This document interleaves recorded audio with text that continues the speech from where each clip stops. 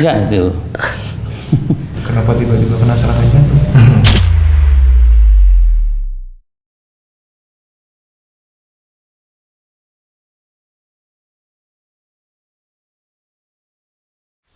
Saya nama Jumat Madiatmojo. Saya akan menerangkan tentang kedatangan Ustadz Fauzan Al-Madimah. Pada suatu hari, suatu waktu yang saya lupa tanggal dan bulannya, saya mendapat undangan untuk mendatangi pengajian di Panti Asuhan Putri Asma binti Umais di Ngedok. Dia datang bersama Kiai Musib Muhaimin dari Ploso. Itu pertama kali saya kenal. Terus artinya kenal, saya melihat dia dan saya wawancara sedikit. Kemudian yang kedua kalinya pada waktu hari pengajian pada syiar Idul Adha di Panti Asuhan Putra Usman bin Affan di Babatan kedua kalinya.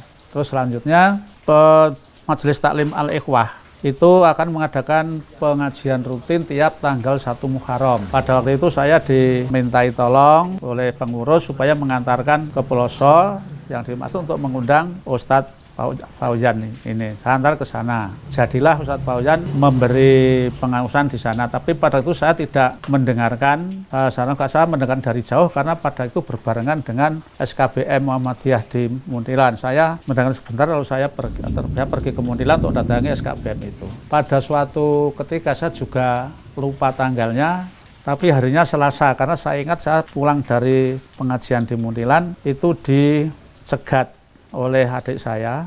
Dia bilang, Pak D, Ustadz Fauzan itu sekarang wis ora neng Ploso karena ada GC-an dengan Pak Ki. Anjur piye? Anjur iki lapor neng gone Al-Ikhwah. Anjur karo Al-Ikhwah ditompo. Nah, terus saya pulang oleh Ustadz Arif Munajat di bel. Maksudnya, Pak, Ustadz Fauzan udah pergi dari Ploso terus. Nah, ayo ditompo wae toh awake sebagai muslim.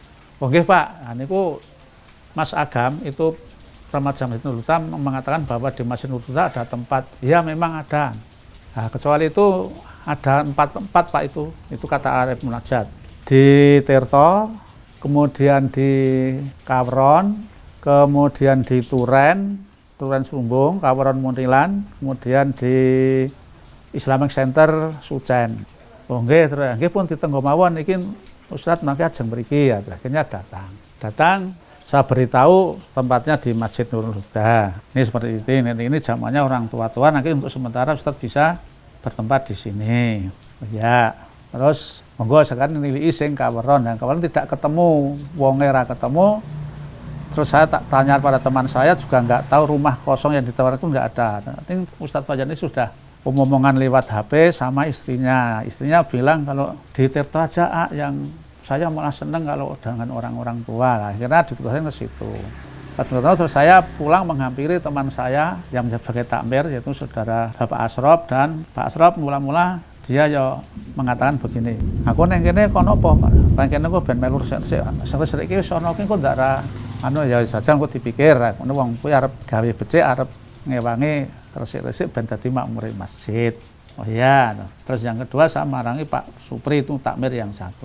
Ya Pak Supri menjawab, saya garis besarnya setuju saja Pak Wong kita itu menolong sesama muslim.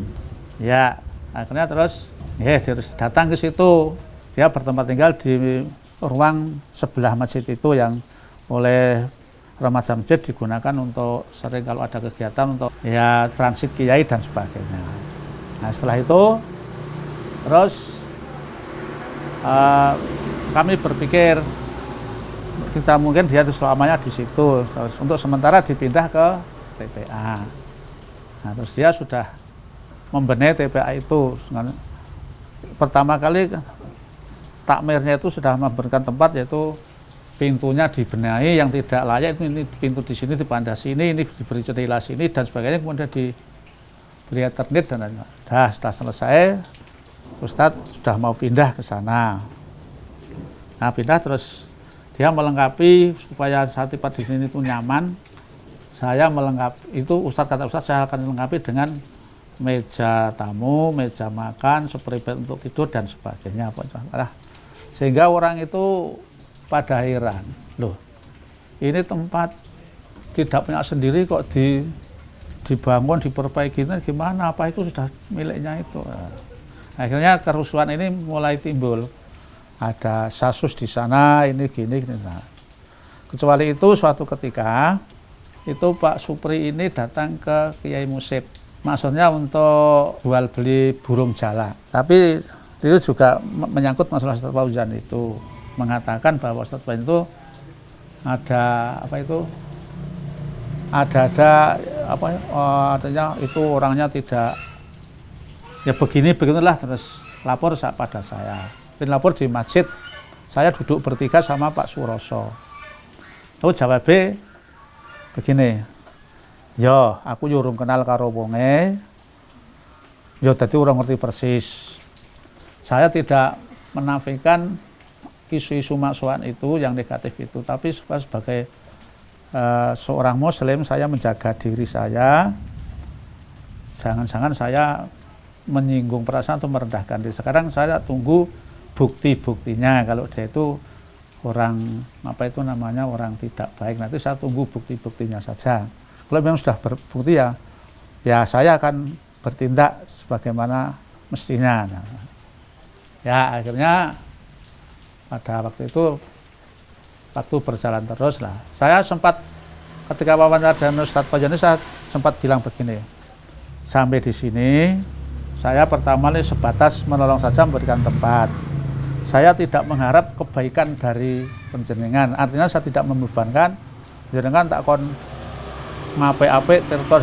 Artinya saya itu mengharap kebaikan itu dari Allah, atas dari Allah, bukan dari penjenengan. Jadi jenengan tidak usah menjadi beban saya harus berbuat ini, tidak. Tapi nek jenengan memang mampu berbuat baik untuk melaksanakan umat itu, monggo dan silahkan. Nah itu sampai di situ. Pada suatu ketika harinya saya juga lupa, tanggal saya juga lupa, saya itu ada tamu dari Gajahan yang masih saudara saya. Nah, di situ dia datang bilang sama saya, Waalaikumsalam. Nah, terus situ tamu datang, Pak Lek, kula digengken Bu Rahayu, jenengan dicaosi preso, nek Pak Dul Basir ngajal, jenengan diaturi tindak mriko sakniki lho Pak Lek diarep-arep. Nah, kok rada kesusu, saya sudah tahu nek kono kon ngrukti jenazahnya Pak Dul Basir lah. Saya datang ke sana sama Pak Roso. Ya, terus saya memandikan, mengkafani, menyolatkan. Malam itu rupa-rupanya jenazah itu akan langsung dikubur karena di desa itu paginya ada kepentingan masyarakat di situ. Akhirnya saya menunggu selesainya pembuatan liang lahat di kuburan itu. Kebetulan Kang Wahyu sama teman-teman datang. Nah, dalam jeda waktu ini saya bilang, Kang, nggonku kedatangan seorang mu'alaf, buat jajal ditekani, nek pancen perlu pertolongan ya ditolong, nek perlu yang lain-lain ya kowe diurusi. Ya Mbah, kapan saya datang. Nah, terus kemudian dari masalah itu tuh dari tetangga itu ada saja ini Pak Fauzan pasang parabola, terus ya dilokke, terus Kang Fauzan itu sering saya Mbah, saya itu ada. Salahnya satu, kowe sing sabar. Nah, jadi saya tidak melacak ke orang tersumber ini karena saya masih berpikir saya belum tahu persis orang ini.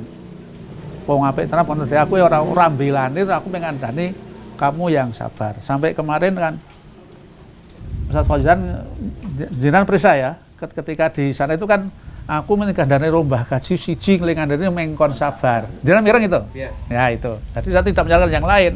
Wes sing sabar wae. Pun akhirnya seperti itu. Terus datanglah teman-teman FPI, MCI datang ke sana, saya diundang. Di situ sudah ada Kang Wahyu sama Kang Fauzan omong-omongan, terus datang lagi Pak Ambar, Karma, dan yo saiki nang wae di oh iya Pak Imo itu, terus yo saiki nang aula wae sing jembar di sana omong-omongan. Lah mulai Mas Stephen ini memberikan memberikan pertanyaan itu kok Ustadz Fauzan ini jawabannya kok tidak tepat. Saya mulai mikir pada waktu itu, loh kok gitu ya, kok tidak. Akhirnya saya diam. Wawancara dilanjutkan Mas Stephen sama dia. Pada hari Kamis itu karena saya berpuasa, saya belum berbuka, kemudian ada suara adzan, saya pulang. Terus saya sholat sampai Isya, saya dijul Abu, Pak, daturi dengan Pak Darmanto pun saya ke sana. Sebenarnya sudah ketemu dengan MCI. Dia kesimpulannya mengatakan, Mas Stephen mengatakan bahwa kemu'alafannya ini bohong. Oleh karena itu, Mbah Jumat saya mohon untuk nikah. Saya sesuai dengan janji saya, karena memang sudah ada bukti dari yang memang ahli dari MCI, maka saya tinggal bertindak. Kan begitu. Malam itu juga saya berangkat dengan Pak Pri, dengan Pak Lurah, kemudian dengan Pak Din. Saya ketuk pintunya tidak bangun. Dan saya pulang dan mereka juga pulang. Teman-teman sudah pulang. Terus habis subuh saya sholat di masjid. Terus saya sudah ngampiri Pak Lurah. Di sana sudah ada anak-anak muda yang rupanya menyanggong malam itu dari malam sampai pagi. Untuk menghindari hal yang tidak kami inginkan, maka saya menanti datangnya Pak Lurah. Saya minta tolong kepada seorang pemuda di situ supaya mendatangkan Pak Lurah ya. Terus Pak Pratik datang, itu Pak Pratik nyuwun tolong Pak Lurah kon rawuh mriki engko nek aku ndak ra kepenak nek rano Pak Lurah itu wong-wonge Pak Lurah. Artinya rakyatnya Pak Lurah, saya bukan penang. Pun Pak Lurah datang. Terus Ustadz Fauzan, saya ketuk pintunya, akhirnya keluar. Terus Ustadz Fauzan sama saya, sama Pak Imo, Pak Supri, Pak Lurah, Pak Mat, Pak Uda, Pak Din, Abu ora? Oh ya, Pak Pedas. Pada waktu itu di sajian itu saya mengatakan, dari hasil investigasi MCI tadi malam, dan ini saya tangkap sudah ada dari masyarakat itu sudah bergerak. Saya hari ini harus melepas Ustadz dari masyarakat Desa Tirto. Hari ini juga. Terus secepatnya, terus Pak Supri mengatakan lebih cepat lebih baik ini Mbak, sekarang monggo nek perlu dibantu cari berkemas-kemas, saya bantu. Kalau nanti habis Jumat gimana Pak? Untuk menghindari segala sesuatu yang tidak diinginkan, sebaiknya sebelum Jumat jam 10 saja. Itu. Nah, terus Ustadz Fauzan pun mengatakan, Pak, saya masih akan bertemu jenengan omong-omongan empat mata. Nah, saya sudah ada, saat ini sudah jelas semua perkaranya. Jadi Ustadz harus meninggalkan tempat ini hari ini juga, dan ini pertemuan mungkin yang terakhir saya dengan Ustadz. Saya memberikan saran, Pak, yang namanya rahmatnya Allah itu lebih besar daripada murkanya. Kamu masih ada kesempatan untuk koreksi, bertobat pada Allah, menjadi orang yang baik. Kalau di dunia ini kita tidak bertemu, kalau Anda sudah bertobat, semoga menerima tobatnya, dan saya juga terima tobatnya, insya Allah nanti bisa bertemu di surga. Saya sambil, itu namanya, mata saya sambil berlinangan air mata itu pun terus saya pergi terus saya pulang sampai sekarang. Ya itu sudah tidak pernah ketemu dan tinggal cerita-cerita saja seperti itu. Begitu Mas Fendi, ya. Ya selama ini kami memang satu jamaah, sehingga ada apa-apa itu pasti kami bermusyawarah. Jadi mungkin tadi sudah diceritakan oleh Pak Jumat kronologinya, ya dari awal sampai mungkin akhir itu ya. Dan cuman saya menambahkan waktu hari Kamis itu kedatangan MCI itu, ya memang sebenarnya ditanya itu dia menceritakan tentang kejadian siang itu, karena memang hari Rabu malam Kamis itu di masjid itu ada pengajian akbar dari orang Nahdiyin. Kemudian pas hari Kamisnya itu dia kan bubrah apa itu jenenge ya, membongkar teratak dan sebagainya itu nah, itu ada anak-anak muda itu berkata-kata yang katanya menyudutkan Kang Fauzan, lalu Kang Fauzan itu kan lalu lapor bahwa saya akan saya rampungi dan sebagainya itu. Tapi kemudian saya dicari Mas Abu, saya pas ngajar TPA dicari ke sana oleh Mas Abu, terus Kang Fauzan sendiri yang ke sana. Ada apa ini Pak Haji Paimo, ada apa kok, dan tamunya itu siapa? Katanya ada tamu yang kata Mas Pak Abu. Saya tidak tahu, tamu dari Jogja katanya begitu. Itu kira-kira apa ya, saya tidak tahu. Tapi setahu saya Mas Abu itu adalah aktivis relawan Merapi Kompak, dan itu aktivis penanggulangan kristenisasi di wilayah Sawangan. Mungkin ya tidak tahu lah, nanti saja dihadapi saja. Kemudian gitu, terus kami melanjutkan, dia pulang, lalu saya melanjutkan, karena pulang dia sudah dibel kalau sudah ada tamu itu. Nah, terus saya disuruh ke sana, setelah selesai saya ke sana, itu seperti itu saja. Kemudian waktu prosesi itu memang dia itu tidak bisa cerita. Kemudian saya kan, udah kalau gitu saya tak cerita apa yang saya dengar dari pengajian Pak Kang Fauzan, nanti tak ceritakan kalau saya salah atau kurang nanti dilengkapi Kang Fauzan izinkan enggak? Oh iya. Nah, itu mulai cerita itu loh.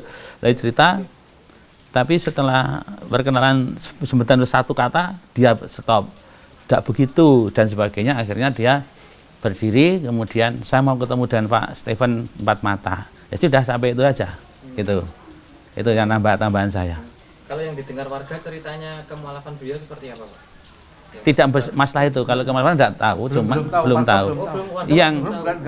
Cuman gini, jadi yang kami sama Pak Jamaah itu memang sebenarnya suara negatif itu sudah banyak, tapi kami menampung saja, belum tahu buktinya, kami tidak berlihat. Nah, kemudian setelah itu yang santer itu gini,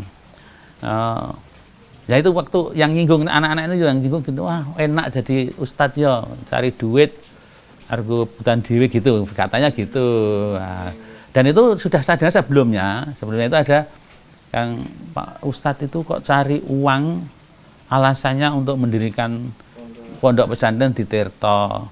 Itu kan namanya memalukan desa kita. Nah, saya diam saja, saya belum tahu buktinya kan gitu. Ya. Saya tambah itu Mas Fedi. Saya juga dengar itu, tapi saya juga diam, Mas.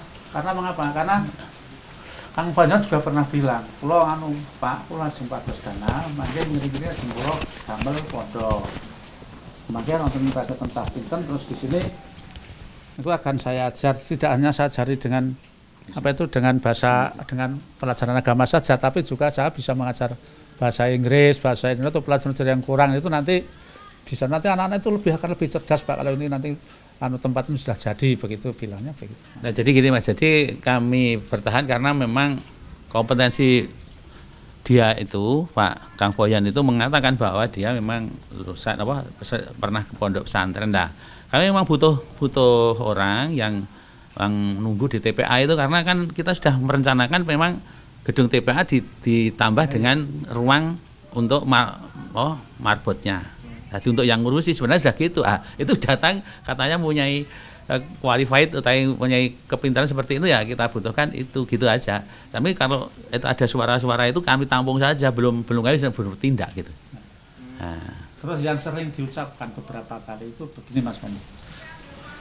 Coba saya demi Allah, kalau saya di sini tuh berbuat rusak, azablah Allah.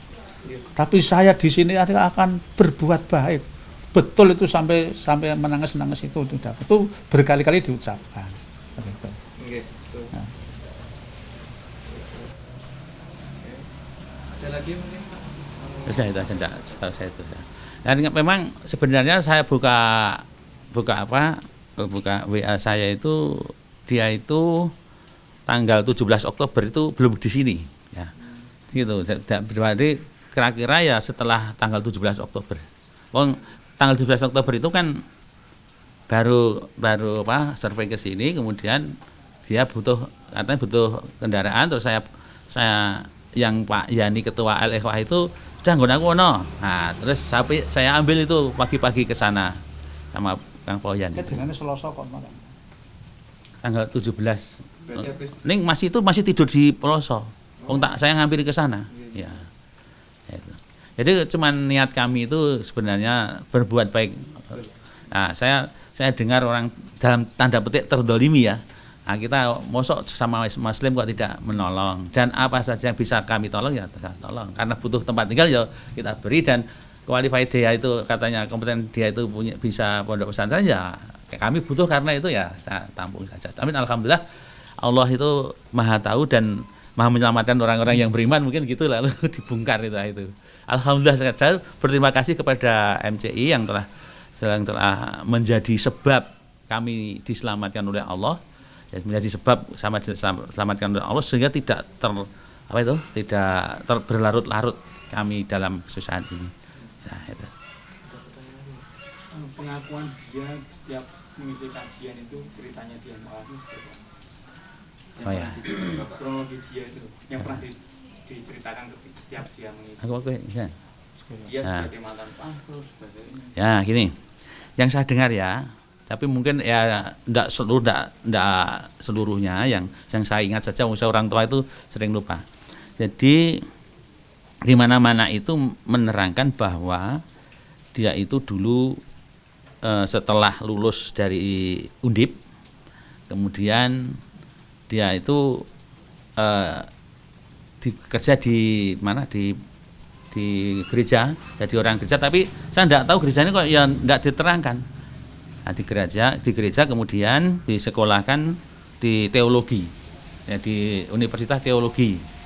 Nah, dalam tempo berapa saat setelah mendapatkan sarjana teologi itu ada pemilihan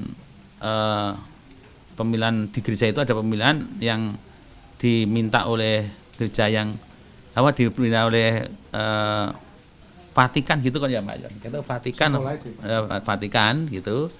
Terus di sana 2 tahun, kemudian pulang dari sana itu diberi tugas sebagai ketua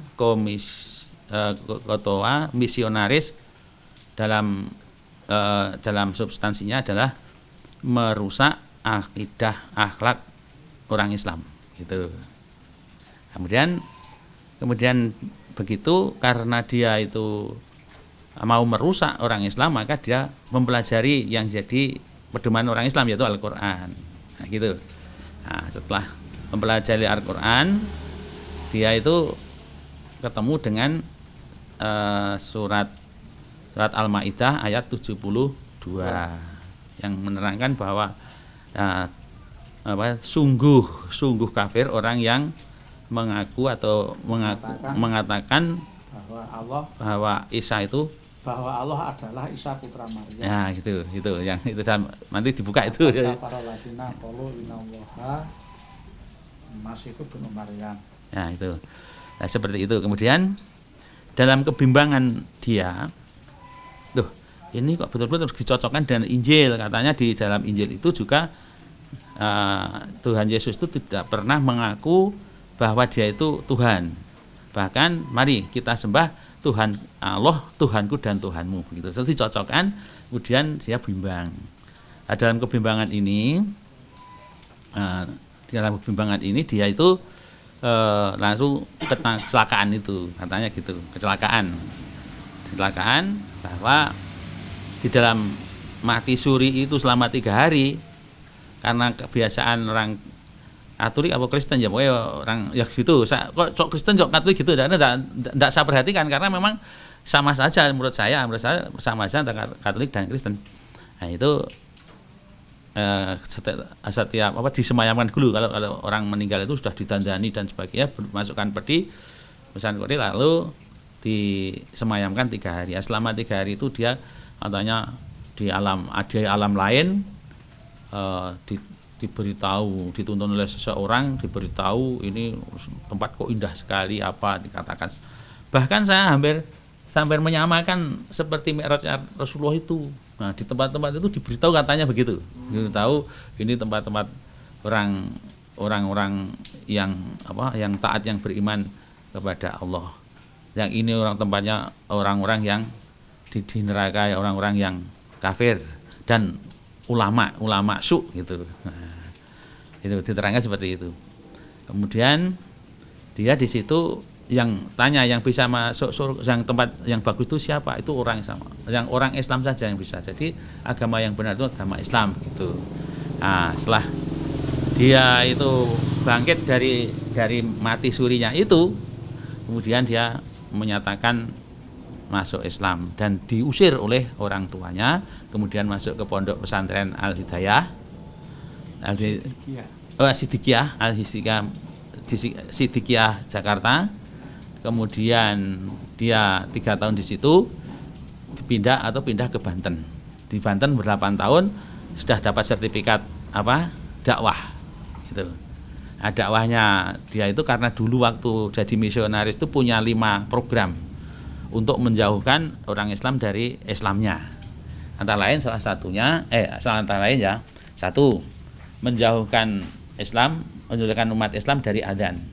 Terus dibikinkan acara TV yang acaranya menarik dan ditayangkan waktu-waktu adzan, sehingga dia kan orang Islam itu dia tidak menghiraukan terhadap adzan. Yang kedua, tidak urut seiring saya. Yang kedua, dijauhkan dari sunnah Rasulullah. Kemudian yang ketiga, menghidupkan khilafiyah itu dihidupkan. Yang keempat itu saya lupa itu saya dulu ya, yang saya ingat jadi ya seperti itu. Pokoknya dia itu punya program itu, karena dia mempunyai program seperti itu yang bagus, maka dia gajinya dinaikkan dari 35 juta jadi 50 juta ya, itu. Nah, itulah dia untuk gaman. Coba Pak, Bapak Bangkasian, saya itu punya gaji 50 juta, saya tinggal karena saya cinta pada Islam, saya sayang kepada Islam. Kalau saya itu cuma mencari dunia, ya sudah di Kristen saja, seperti itu. Ya, gitulah itu. Jadi gajinya sudah 50 juta katanya gitu. Ya. Kemudian setelah itu dia ada masalah atau bagaimana, mungkin masalah tentang dakwahnya, berselisih paham dengan teman rekan-rekan atau masyarakat, atau tidak tahu. Itu tidak jelas, tak tanya kenapa kok bisa sampai ke sini, ke pelosok itu kenapa. Itu jawabannya itu tidak jelas, tapi katanya cuma berselisih. Nah, sudah sampai pelosok. Setelah di pelosok itu Pak Jumat itu pernah ngundang PAJ di luar, pernah ngundang, dan saya dilalah itu saya mendengarkan. Kemudian kami dari Al-Ikhwah itu baru akan mengadakan pengajian 1 Muharram. Nah, cari ustadz yang sebenarnya sudah dapat, Ustadz Pak Saibani. Pak Ustadz Saibani itu pimpinan daerah Muhammadiyah PDN Bantul. Terus saya tambahkan itu Kang Pauyan itu ditambah, karena saya juga tahu tausiahnya itu memang karena dia mau merusak Islam, kan biar orang Islam tahu, terus saya undang kan gitu Mas. Nah, dan itu nampaknya saya pikir bisa bermanfaat untuk pemuda-pemuda Islam biar tahu bahwa orang kita itu diam, tapi orang lain atau agama lain itu bergerak untuk merusak kita, supaya kita tahu begitu. Nah, kemudian di Pak Saibani, saya ketemu dengan Pak Saibani, yang ustadz yang saya undang yang pertama itu tadi. Nah, kemudian berkenalan dan tausiah di sana. Memang antusias sekali dakwahnya itu. Yang lain yang menarik umat itu dengan kepindahan mereka atau kemualafan dia Pak Kang Boyan itu, dan kok petunjuknya itu kok pas mati suri itu. Nah, kan itu menarik itu. Ya, diceritakan. Bahkan di Bojong itu minta Pak yang panitianya saya minta supaya diterangkan ketika mati suri gitu. Nah, itu. Nah, kemudian itu terus enggak lama kami malam-malam di bel oleh pengasuh Yayasan Al-Ikhwah Ustadz Arif itu, Mbah Himo, saya mau datang, mau sowan jam 9 malam itu bisa enggak? Nggih, sudah, monggo. Datang tanya memberitahu saya bahwa ini Kang Boyan ada masalah di Ploso, kemudian diusir gitu. Itu terus pundi Mbah Himo, sama-sama Mbah Himo. Terus pundi? Wah, terus saya tak pikir-pikir, saya ingat hijrah Rasulullah itu kan dikejar-kejar di Mekah, kemudian hijrah di Madinah oleh orang Ansor Madinah itu diterima dengan baik karena persaudaraan. Nah, ini mendasari kami untuk menolong Kang Boyan yang diusir. Jadi saya tidak pikir usirnya itu bagaimana, saya tidak tahu. Pokoknya dia itu dulu menurut saya itu ini penceramah yang cerdas. Nah, diusir ya sudah, tak tampung. Kemudian tak tawarkan di sini. Ternyata ada 3 pilihan, sudah diterangkan Pak Jumat itu. Yang apa? Yang 3 pilihan sudah. Oh ya sudah, ya itu. Seperti itu Mas. Ya, demikian yang saya bisa ceritakan kepada MCI tentang Kang Boyan yang keberadaannya di sini. Jadi niat kami jemaah itu hanya menolong, berbuat baik, karena di dalam surat Ali Imran yang menerangkan wa ta'awanu 'alal birri wat taqwa wa la ta'awanu 'alal itsmi wal udwan, itu saya terapkan atau saya amalkan juga. Menurut sejarah bahwa Rasulullah ketika dikejar-kejar di Mekah pindah ke Madinah juga diterima dengan baik oleh Ansor. Itulah niat kami untuk menolong saja. Ternyata terbukti seperti ini, kami pun merasa menyesalnya itu kami kok masih bodoh gitu. Itu aja. Kemudian saya yang memberi keterangan, saya nama Pak Himo Yusuf Rifai, alamatnya di Tirto. Demikian, sudah cukup. Assalamualaikum warahmatullahi wabarakatuh.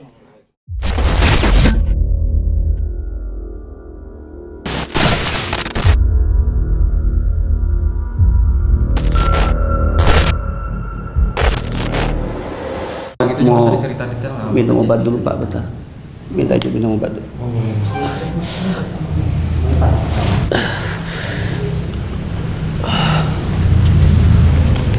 Boleh saya minta ditemani sama Pak Steven? Boleh. Saya pengen sama beliau.